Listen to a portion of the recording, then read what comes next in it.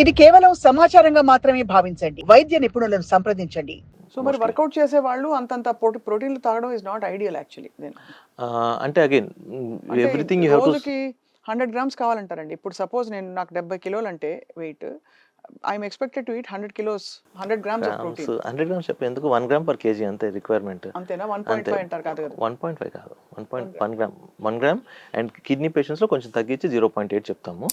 If you want a very good protein intake 1.2 1.5 I don't think you required అవసరం లేదు. అవసరం. So 70 గ్రాముల protein అంటే కూడా మనకి యాక్చువల్లీ చూస్తే 10 కోడిగుడ్లు. మనం చాలా correct. డిస్పాషనేట్ గా బ్రూటల్ గా చూస్తే 10 కోడిగుడ్లు తింటే మనకు వచ్చే ప్రోటీన్ 10 కోడిగుడ్లు కదా యాక్చువల్లీ ఆల్మోస్ట్ డజన్. అవును, ఒక correct. 6 grams. కోడిగుడ్లో 6 గ్రాముల ప్రోటీన్ ఉంటుంది. యా, సో 6 12 72 ఒక డజన్ గుడ్లు రోజు తినాలి మనం. బట్ మనం అంత ప్రోటీన్ తినం కదా. అంటే తినకపోయినా అంత అవసరం లేదు. That is ideal for you. But అన్ని ఐడియల్ కండిషన్స్ జరగడం లేదు కదా మనకి. కరెక్ట్ కరెక్ట్ అవును. అండ్ ఇప్పుడు the beauty of vegetarian diet, generally నేను దగ్గరికి వచ్చి ఎవరైనా నా కిడ్నీలు బాగుండాలంటే నేను ఏం చేయాలి అంటే వీక్లో 6 days వెజిటేరియన్ డైట్ తినండి. మెజారిటీ ఆఫ్ ద టైమ్స్ మీ కిడ్నీస్కి ఏం హార్మ్ జరుగుతుందని చెప్తాను.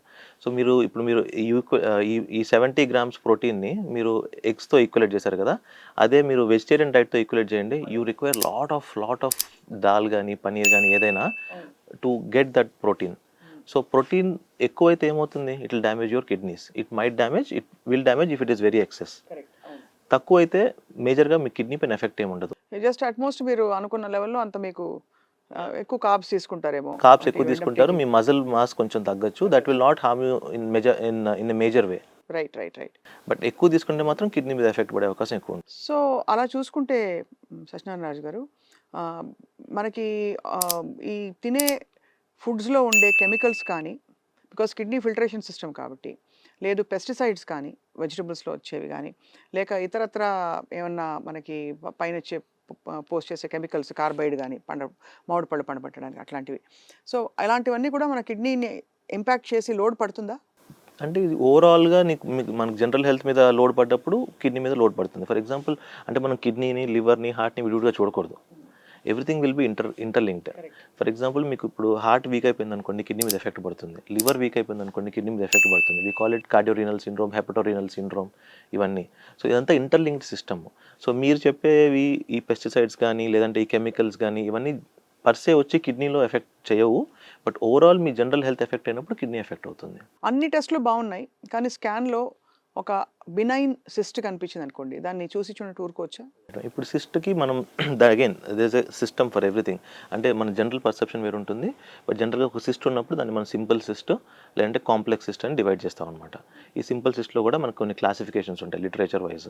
సో ఈ సిస్ట్ ఒకవేళ సింపుల్ లోపల సెప్టా అంటే చిన్న దారాలు కానీ లేదంటే కాల్షియం డిపాజిట్స్ కానీ అలాంటివి ఉంటే కనుక దాన్ని కాంప్లెక్స్ సిస్ట్ అంటాం అనమాట. సింపుల్ సిస్ట్ ఉంటే విల్ జస్ట్ అబ్జర్వ్ 6 monthsకో 1 yearకో ఒకసారి అల్ట్రాసౌండ్ చేసుకొని సిస్ట్ సైజ్ పెరుగుతుందో లేదో చూసుకోవాలి.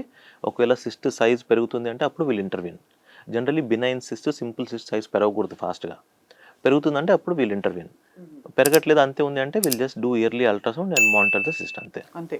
ఇప్పుడు సపోజ్ అది పెరుగుతుంది అనుకోండి, ఏం చేస్తారు? సర్జికల్ రిమూవ్ చేయాలి. సర్జికల్ రిమూవ్ చేసి ఎస్ అంటే cyst removal is not a big thing. Kidney మీద ఎఫెక్ట్ పడుతుంది. దీన్ని ఎగ్జోపాటిక్ సిస్ట్ అంటారు. అంటే కిడ్నీ ఇలా ఉంటే దీని పైన ఇలా సిస్ట్ వస్తుంది అనమాట. సో ఆ సిస్టమ్ తీసేయడం వల్ల మీకు కిడ్నీ పైన ఎటువంటి ఎఫెక్ట్ పడదు. దానికి ట్రిగ్గర్ ఏంటి, ఎందుకు వచ్చి ఉంటుంది అది? దానికి there is no specific idiopathic almost.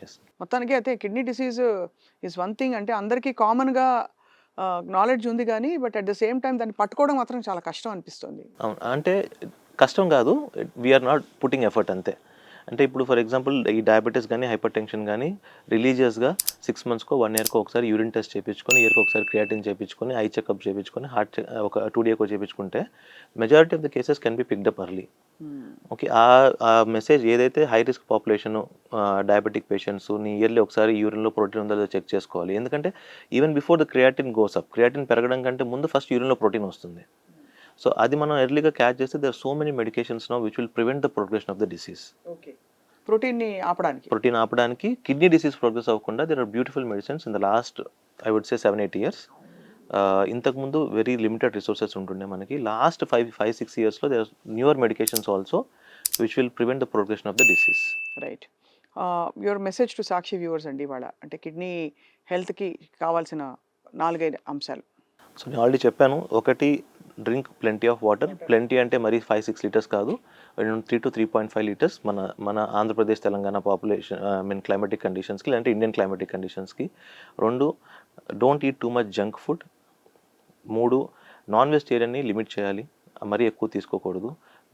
So protein source కోసం వెజిటేరియన్ ప్రోటీన్ సోర్స్కి వెళ్ళడం కొంచెం బెటర్. అండ్ అన్నెసరీగా medications, over the counter medications, pain killers, unnecessary antibiotics, ఈ క్వాక్స్ తగిన యాంటీబయాటిక్స్ ప్లస్ ఇవి ఎక్కువ తీసుకోకూడదు.